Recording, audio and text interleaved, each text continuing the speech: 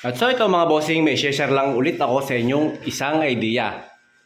Kung paano ipiniprepare yung ating mga hamba para sa ating mga CR at para meron tayong preparasyon sa tiling works. Ayan, so ito mga bossing, kung mapapansin ninyo, yung hamba namin, itong hamba ay naka-overlap. Nakalampas dito sa finish na palitada ng ating wall ng CR. Para, alam niyo kung bakit nakalampas yan? Para pag nag-tiles tayo, kita nyo mga boss, ayan pantay yung tiles natin sa hamba. So hindi na tayo magkakaroon ng kantong maliit, hindi tayo magkakaroon ng grout, hindi na tayo maglalagay ng tile trim. So ganyan lang yung diskarte mga bossing pagdating sa CR. Ayan, so kita nyo mga bossing, di ba? Magandang tingnan, malinis. Isa pa, idagdag na rin natin yung ating utility box. Kapag naglalagay tayo ng utility box, especially sa mga CR, huwag niyong ipapantay yung utility box dun sa palitada. Kailangan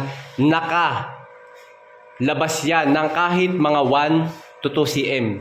Ito, para hindi siya lumubog. Kasi once na mag-tiles tayo at ito'y pantay lang sa CR, ang mangyayari, lulubog masyado yung utility box natin, kakapusin na minsan yung mga tornilyo. Although may nabibili namang mahabang tornilyo para dito sa mga malalalim na utility box, pero syempre sayang din yung effort mo pagbili ng tornilyo. At isa pa, kung wala kang mabilhan dun sa lugar nyo, may hirapan ka, di ba? So ganyan yung gagawin yung preparation.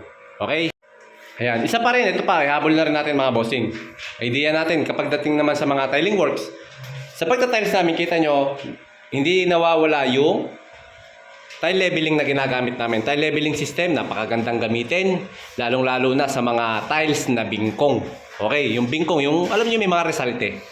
Yan, para mabawasan yung mga resalte or yung pagkabingkong ng mga tiles, gumamit kayo ng mga tile leveling. Maraming tile leveling ang pwede nating mabili.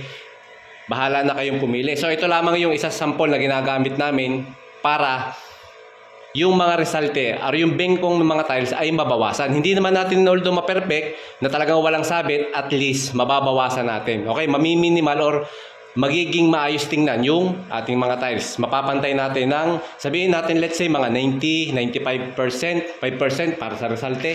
Hindi na mawawala yun. Yun nga lang, kapag gagamit kayo ng tile leveling, wag rekta. Gagamit kayo ng spacer. Ito, ang spacer natin, ang ginagamit namin, 2 mm para sa mga gap natin or depende sa mga gap na gusto nyo.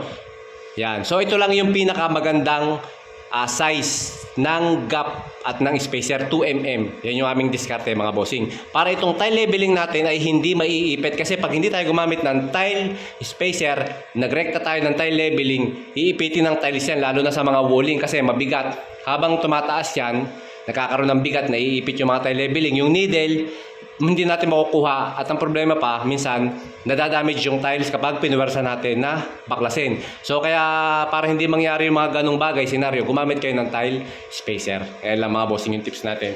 Mga boss, kita nyo, ang gandang tingnan ng ating tiles, di ba? Pantay lang sa hamba. Ayan. Tapos huwag nyo rin kakalimutan maglagay ng gap. Huwag nyo isasagad, huwag nyo ididikit yung tiles dito sa hamba para sa vibration. Kailangan may gap pa rin tayo.